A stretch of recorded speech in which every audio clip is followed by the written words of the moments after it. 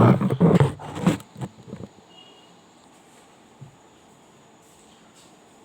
Students, আজকে আমি class 11 এর চ্যাপ্টার 3 পর্যায় সারণী সম্বন্ধে আলোচনা করব। তো প্রথমে আমাদের জেনে রাখতে হবে যে পর্যায় সারণী পড়ার কারণটা কি। প্রাথমিকভাবে যখন কম সংখ্যক মৌল ছিল তখন প্রায় দেখো 1800 খ্রিস্টাব্দে 31টা মৌল আবিষ্কৃত হয়েছিল। তো তখন তাদের প্রত্যেকটার ভৌত ধর্ম এবং রাসায়নিক ধর্ম সহজে জানা বা সহজে মনে রাখা আমাদের ক্ষেত্রে কোনো অসুবিধা হচ্ছিল না। কিন্তু মৌলের সংখ্যা যখন বাড়তে থাকলো, দেখো 1865 সালে 63টা, 2016 সালে প্রায় 118টা মৌল আবিষ্কৃত হয়ে গেছে।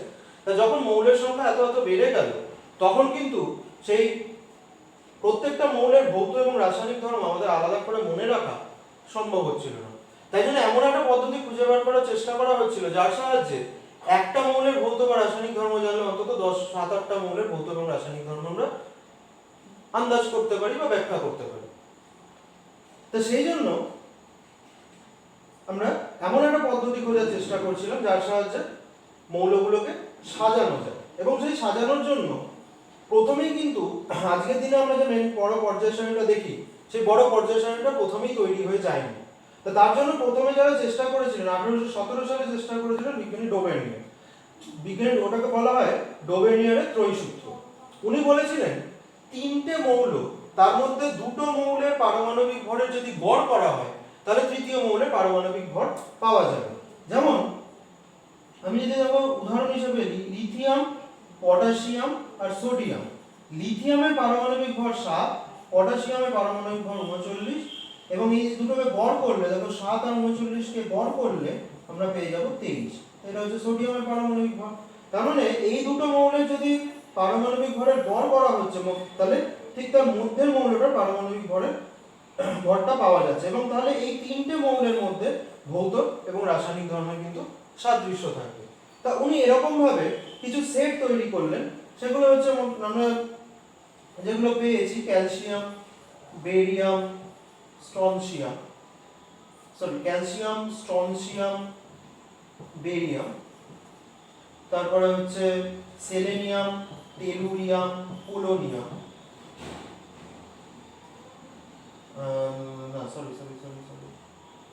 সালফার, সেলেনিয়াম, টেলুরিয়াম,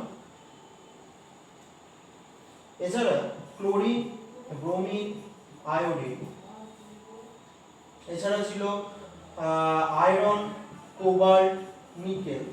এরকম বেশ কিছু মৌলের উনি সেট তৈরি করেছিলেন যাদের মধ্যে এই তিনটে, অর্থাৎ প্রথম আর শেষ মৌলের পারমাণবিক ভরের গড় হচ্ছে মধ্যের মৌলের পারমাণবিক ভর। কিন্তু উনি এর থেকে বেশি, অর্থাৎ মোটামুটি 7টা মতো সেট উনি তৈরি করেছিলেন। তার থেকে বেশি পরবর্তী মৌলগুলোর ক্ষেত্রে কিন্তু এই সূত্রটা কাজ করছিল না, তাই জন্য এই সূত্রটা আর পরে গ্রহণ করা হয়নি। তারপরে 1863 সালে যখন মৌলের সংখ্যা আরো বেড়ে গেল, তখন নিউল্যান্ড একটা সূত্র দিয়েছিলেন, সেটাকে বলা হয় নিউল্যান্ডের অষ্টক সূত্র। উনি বলেছিলেন একটা মৌল থেকে শুরু করে যদি পারমাণবিক ভর বৃদ্ধির সাথে সাথে আমরা যদি অষ্টম মৌলে পৌঁছাই, তাহলে তাদের মধ্যে আবার ভৌত এবং রাসায়নিক ধর্মের সদৃশ্য পাওয়া যাবে। যেমন আমি যদি লিথিয়াম থেকে স্টার্ট করি, লিথিয়াম,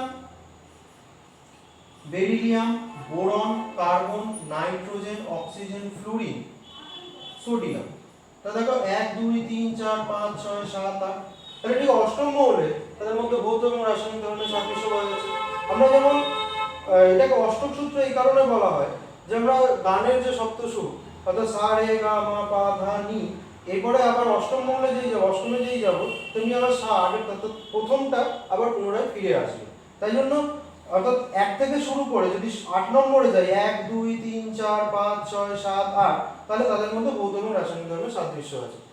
কিন্তু এখানে একটা ড্রব্যাক ছিল যে এই নিউল্যান্ডের অষ্টক সূত্রের সাহায্যে আমরা ক্যালসিয়াম অবধি, অর্থাৎ প্রথম 20টা মৌলের ক্ষেত্রে এই সূত্রটাকে ব্যবহার করতে পারি। কিন্তু এখানে আরেকটা জিনিস দেখো, ফ্লোরিনের পরে তো অ্যাকচুয়ালি নিয়ন আছে, কিন্তু নিয়ন উনি নিষ্ক্রিয় গ্যাসগুলোকে এর অন্তর্ভুক্ত করেননি।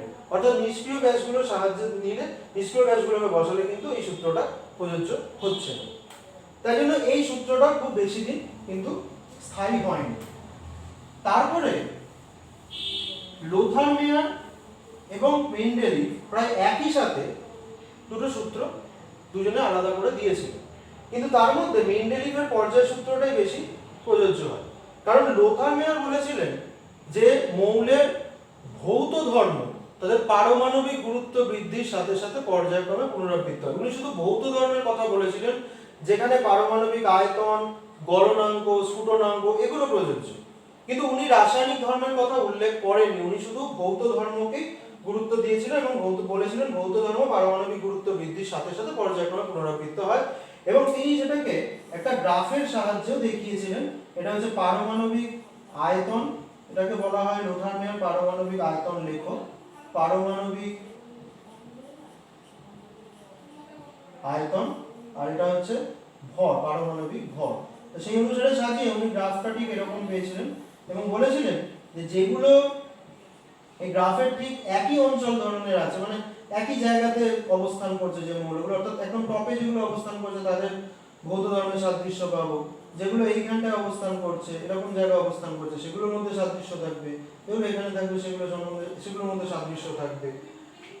কিন্তু এটা বেশি দিন প্রযোজ্যতা এই কারণে পেল না যে উনি শুধুমাত্র ভৌত ধর্মকে কনসিডার করেছিলেন, রাসায়নিক ধর্মকে করেন। কিন্তু মেন্ডেলিভ বললেন কি মৌলের ভৌত এবং রাসায়নিক ধর্ম পারমাণবিক ভর বৃদ্ধির সাথে সাথে পর্যায়ক্রমে পুনরাবৃত্ত হয়। অর্থাৎ তিনি ভৌত ধর্মের সাহায্যে, ভৌত ধর্মকে বৃদ্ধি অনুসারে যদি মৌলগুলোকে সাজানো হয় তাহলে একটা নির্দিষ্ট ভর পর পর তাদের ভৌত এবং রাসায়নিক ধর্ম পর্যায়ক্রমে পুনরাবৃত্ত হবে। তাহলে মেন্ডেলিভ ভৌত এবং রাসায়নিক ধর্ম দুটোকেই কভার করেছিলেন, লোথার মেয়ার শুধুমাত্র ভৌত ধর্মের সাহায্যে বলেছিলেন। এই জন্য মেন্ডেলিভের পর্যায় সূত্রটাকে নিয়ে আমরা পরবর্তীকালে এগিয়েছি, এবং বর্তমানে যে আধুনিক দীর্ঘ পর্যায় সারণী সেটা কিন্তু মেন্ডেলিভের পর্যায় সারণীর উপর ভিত্তি করেই করা হয়েছে। এবারে আমাদের প্রথমে মেন্ডেলিভের পর্যায় সারণীটাকে একটু চিনে নিতে হবে, কারণ কিভাবে উনি সাজিয়েছিলেন এটা যদি আমরা জানতে পারি তাহলে আমাদের জিনিসটা বোঝা অনেক সহজ হবে। মেন্ডেলিভ কিছু মৌলকে পর্যায় মানে অনুভূমিকভাবে সাজিয়েছিলেন, যেটাকে আমরা বলে থাকি পর্যায়, এবং কিছু মৌলকে উপর থেকে নিচের দিকে সাজিয়েছিলেন, যেটাকে আমরা বলে থাকি শ্রেণী। মেন্ডেলিভের পর্যায় সারণী অনুসারে মোট পর্যায় ছিল 7টি এবং শ্রেণী ছিল 8টি। প্রাথমিকভাবে যখন মেন্ডেলিভ পর্যায় সারণী তৈরি করেছিলেন প্রাথমিকভাবে 64টা মৌল নিয়ে, তখন কিন্তু 8টাই তার মধ্যে শ্রেণী ছিল, এবং তার মধ্যে 1 থেকে 7 অবধি যে শ্রেণীগুলো আছে, যে শ্রেণীগুলো ছিল সেগুলোর প্রত্যেকটার উপশ্রেণী ছিল এ বি করে। 8 নম্বরের কোনো উপশ্রেণী ছিল না। 8 নম্বরে 3টে মৌল মানে 3টে কলাম ছিল, শ্রেণী ছিল, কিন্তু ওইগুলোকে কোনো উপশ্রেণীর নাম দেননি। কিন্তু শূন্য শ্রেণী অর্থাৎ যে নিষ্ক্রিয় গ্যাস, এই নিষ্ক্রিয় গ্যাসটা তিনি তখন বসাননি, পরবর্তীকালে ওটা যখন মডিফাই হয়েছে তখন ওটা উনি বসিয়েছেন। এবারে আরেকটা জিনিস একটু ভালো করে খেয়াল করলে দেখা যায় যে 8 নম্বর শ্রেণীতে যে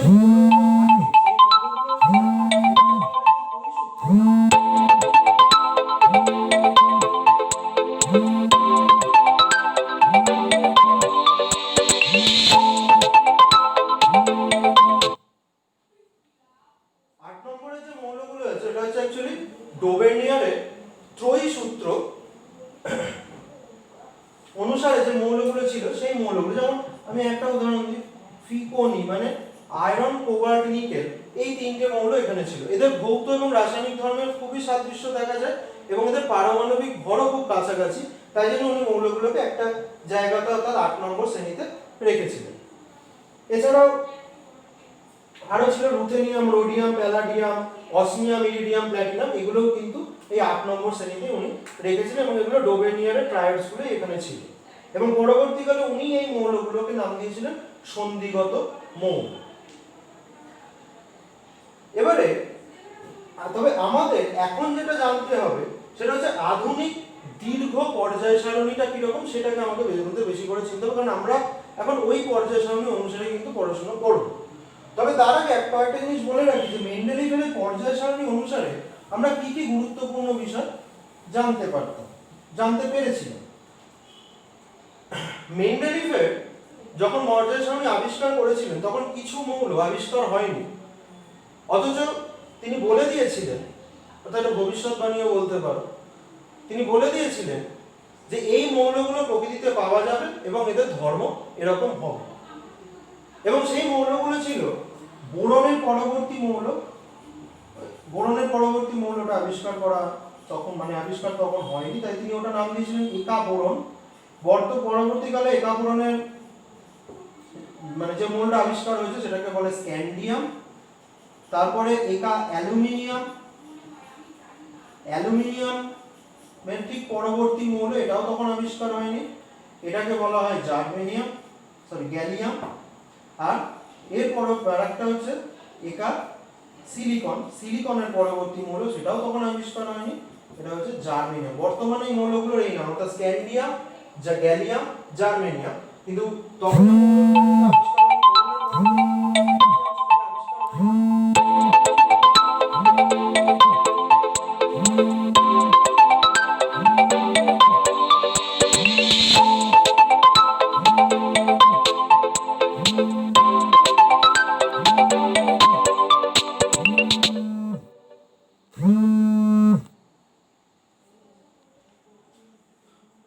এটার নাম দেওয়া হয়েছিল সিলিকন, একা সিলিকন, এবং বর্তমানে এটার নাম হচ্ছে জার্মেনিয়াম। তা এইগুলো একটা খুব গুরুত্বপূর্ণ বিষয় আমরা জানতে পেরেছি। এছাড়াও তো পর্যায় অনুসারে বা শ্রেণী অনুসারে মৌলের ভৌত এবং রাসায়নিক ধর্মের মধ্যে সাদৃশ্য আমরা খুঁজে পেয়েছি। আর যেটা ড্রব্যাক ছিল, যে উনি বলেছিলেন যে মৌলের ভৌত এবং রাসায়নিক ধর্ম পারমাণবিক গুরুত্ব বৃদ্ধির সাথে পর্যায়ক্রমে পুনরাবৃত্ত হবে। তার মানে পারমাণবিক গুরুত্ব বৃদ্ধি অনুসারে মৌলগুলোকে সাজানোর চেষ্টা করা হয়েছিল। অর্থাৎ যেটা কম পারমাণবিক ভর সেটা আগে থাকবে, যেটা বেশি পারমাণবিক ভর সেটা পরে থাকবে। কিন্তু পরবর্তীকালে দেখা গেল, কিছু কিছু ক্ষেত্রে দেখা গেছে যে সেটা মেনে চলছে না। যেমন আমরা যদি একটা উদাহরণ দিই, আর্গন আর পটাশিয়াম।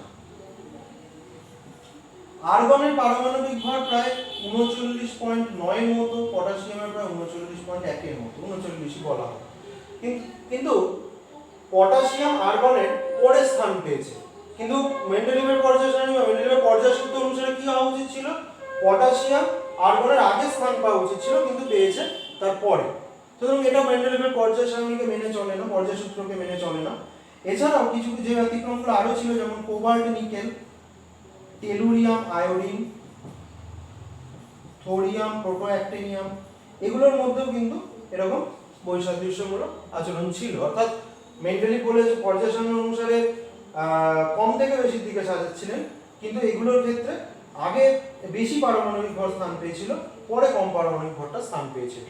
তাই এই যে গন্ডগোলগুলো হচ্ছিল, এই জন্য মেন্ডেলিভ নিজেই পরবর্তীকালে পর্যায় সূত্রটাকে তিনি মডিফাই করলেন, এবং ততদিনে বিজ্ঞানী মোসলে এটা দেখিয়ে দিয়েছেন যে এক্স-রে মাধ্যমে যে মৌলের ভৌত এবং রাসায়নিক ধর্মের মূল ভিত্তি হচ্ছে তার পারমাণবিক সংখ্যা। অর্থাৎ ভৌত এবং রাসায়নিক ধর্ম সম্পূর্ণভাবে পারমাণবিক সংখ্যার উপর নির্ভর করে, পারমাণবিক ভরের উপর নয়।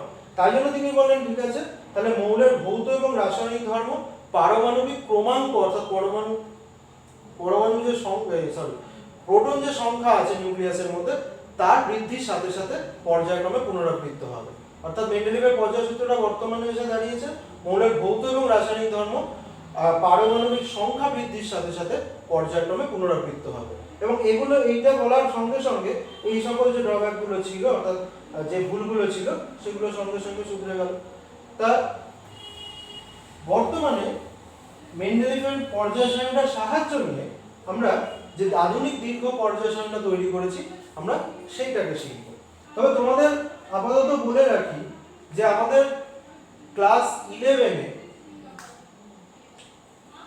যে যে মৌলগুলো এখনো মুখস্থ রাখতে হবে, একদম মুখস্থর কথাই বলছি, মুখস্থ রাখতে হবে, সেগুলো আমি আগে তোমাদের লিখে দিই এবং তারপরে আমি পর্যায় সারণীটা সম্বন্ধে আলোচনা করছি।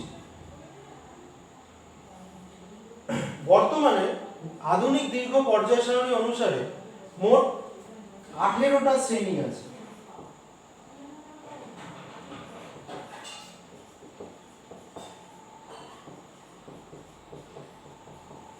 18টা শ্রেণী, আর পর্যায় কিন্তু 7টাই লিখেছে।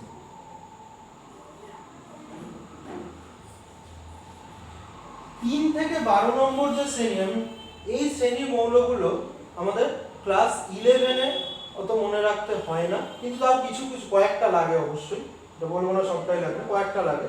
কিন্তু এগুলো 1-2 শ্রেণীর মৌল এবং 13 থেকে 18 নম্বর শ্রেণীর মৌলগুলো খুব বেশি পরিমাণে মনে রাখতে হবে এবং এগুলো আমাদের অবশ্যই মুখস্থ করে নিতে হবে।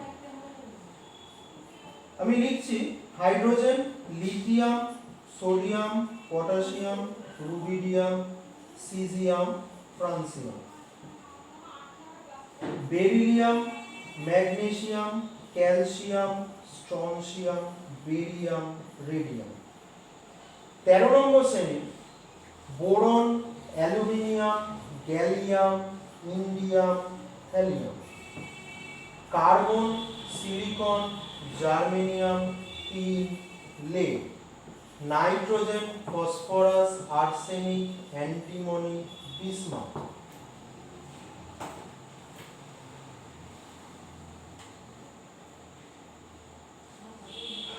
ষোলো oxygen, sulphur, selenium, tellurium, polonium. আমি 17 আর 18টা এখানে লিখছি। 17 হচ্ছে ফ্লোরিন, ক্লোরিন, এটা 2 নম্বর পর্যায় থেকে অবশ্যই স্টার্ট হয়েছে। ফ্লোরিন, ক্লোরিন, ব্রোমিন, আয়োডিন এবং 6 নম্বরে আছে অ্যাসিটাইন। আর 18 নম্বর পর্যায়টা আবার 1 নম্বর, 18 নম্বর শ্রেণীটা আবার 1 নম্বর থেকে স্টার্ট হয়। হিলিয়াম, নিয়ন, আর্গন, ক্রিপ্টন, জেনন, রেডন। অর্থাৎ এই মৌলগুলো আমাদের কিন্তু একেবারে মুখস্থ করে নিতে হবে। তো দেখো মুখস্থ করার বিভিন্ন রকমের কবিতার সাহায্যে মুখস্থ করা যায়, আবার যে যার যেরকম ভাবে সুবিধা সেরকম ভাবে কিন্তু মুখস্থ করে নেবে। যাই হোক, আমরা এবারে মেন্ডেলিভের পর্যায় সারণীটার একটা পরিচয়, আধুনিক দীর্ঘ পর্যায় সারণীর একটা পরিচয় নেওয়া যায়। এখানে দেখো পর্যায় সেই 7টাই রয়েছে, 1 2 3 4 5 6 7, 7টা পর্যায়। আর শ্রেণী রয়েছে কিভাবে, কটা শ্রেণী রয়েছে? 18টা। এর মধ্যে 1 নম্বর শ্রেণী, 2 নম্বর শ্রেণীগুলো আমরা ডিটেলসে লিখেছি, 13 14 15 16 17 18 এরকম ভাবে লিখেছি। এবারে এই যে প্রত্যেকটা পর্যায় বা শ্রেণীর নাম আছে, কিছু কিছু নাম কিরকম, যেমন 1 নম্বর পর্যায়ে কটা মৌল আছে? হাইড্রোজেন আর হিলিয়াম, তার মানে দুটো। তা এই পর্যায়টাকে আমরা বলে থাকি অতি হ্রস্ব পর্যায়। 1 নম্বর পর্যায় এটাকে বলা হয় অতি হ্রস্ব পর্যায়। 2 নম্বরে আছে 8টা মৌল, এটাকে নাম দেওয়া হয় প্রথম হ্রস্ব পর্যায়। 3 নম্বরেও আছে 8টা মৌল, এটাকে বলা হয় দ্বিতীয় হ্রস্ব পর্যায়। চতুর্থতেও আছে 18টা মৌল, এটাকে বলা হয় প্রথম দীর্ঘ পর্যায়। পঞ্চমেও আছে 18টা মৌল, এটাকে বলা হয় দ্বিতীয় দীর্ঘ পর্যায়। ষষ্ঠতে আছে 32টা মৌল, এটাকে বলা হয় অতি দীর্ঘ পর্যায়। আর সপ্তমে আছে টোটাল এখনো অবধি আবিষ্কৃত হয়েছে 32টা মৌল, তাহলে এটা হচ্ছে এখন অবধি আবিষ্কৃত হয়েছে 28টা, তাই এটাকে বলা হয় অসম্পূর্ণ মৌল। আর বাকি এখনো যে 4টে মৌল যেটা প্রপোজড আছে, এখন অবধি সেটা আবিষ্কৃত হয়নি বা হবে হয়তো। তবে বর্তমানে আমাদের যে ইনফরমেশন আছে সেই অনুসারে 2016 সাল অবধি 28টা মৌল আবিষ্কৃত ছিল এই শ্রেণী পর্যায়েতে, তাই এটাকে বলা হয় অসম্পূর্ণ মৌল। তাহলে এই পর্যায়ে 7টা পর্যায়ে মৌল সংখ্যার উপর ভিত্তি করে তাদের নাম করা হয়েছে এরকম ভাবে। এবারে শ্রেণী অনুসারে তাদের কিছু নাম আছে, যেমন 1 নম্বর শ্রেণীকে আমরা বলে থাকি শ্রেণী 1, এটাকে বলা হয় ক্ষার ধাতু। 2 নম্বর শ্রেণী মৃত্তিকা ধাতু, ক্ষারীয় মৃত্তিকা ধাতু। 11 নম্বর শ্রেণী, এটা আমরা যদিও মৌলগুলো বলিনি, এখানে ছিল কপার সিলভার গোল্ড। 11 নম্বর শ্রেণীতে কপার সিলভার গোল্ড এই মৌলগুলোতে ছিল 11টা, মানে 11 নম্বর শ্রেণী। এগুলোকে বলা হয় মুদ্রা ধাতু, কারণ এগুলোকে আগেকার দিনে মুদ্রা তৈরি করা হতো, তো এগুলোকে বলা হয় মুদ্রা ধাতু। আচ্ছা, 13 নম্বর শ্রেণী বোরন শ্রেণী। 13 নম্বর শ্রেণীকে বলে বোরন শ্রেণী। 14 নম্বর শ্রেণী কার্বন শ্রেণী।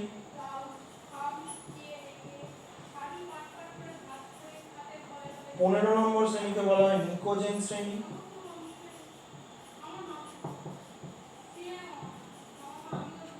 16 নম্বর চ্যালকোজেন।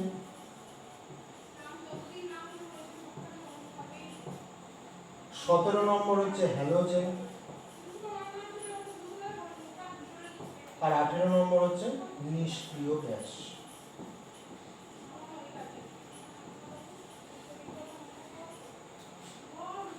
এভাবে শ্রেণী অনুসারে আমরা কিছু নামকরণ করি। 1 নম্বরকে ক্ষার ধাতু, 2 নম্বরকে ক্ষারীয় মৃত্তিকা ধাতু, 11 নম্বর মুদ্রা ধাতু, 13 বোরন শ্রেণী, 14 কার্বন শ্রেণী, 15 নিকোজেন, 16 চ্যালকোজেন, 17 হ্যালোজেন, 18 নিষ্ক্রিয় গ্যাস। এবারে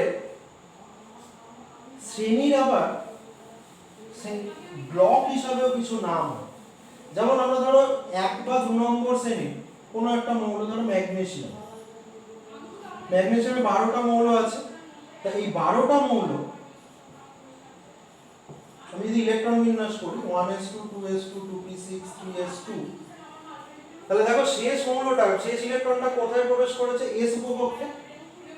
তাই জন্য এটাকে আমরা বলবো s ব্লক মৌল। s ব্লক মৌল। শেষ ইলেকট্রনটা যে উপকক্ষে প্রবেশ করে তাকে বলা হয় s ব্লক, মানে তাকে সেই ব্লক মৌল বলে। এসে যদি প্রবেশ করে s ব্লক মৌল। আর এটার সাধারণ ইলেকট্রন বিন্যাস ns122, মানে শেষ কক্ষপথে s উপকক্ষে একটাও থাকতে পারে, আবার শেষ কক্ষপথে s উপকক্ষে দুটোও থাকতে পারে।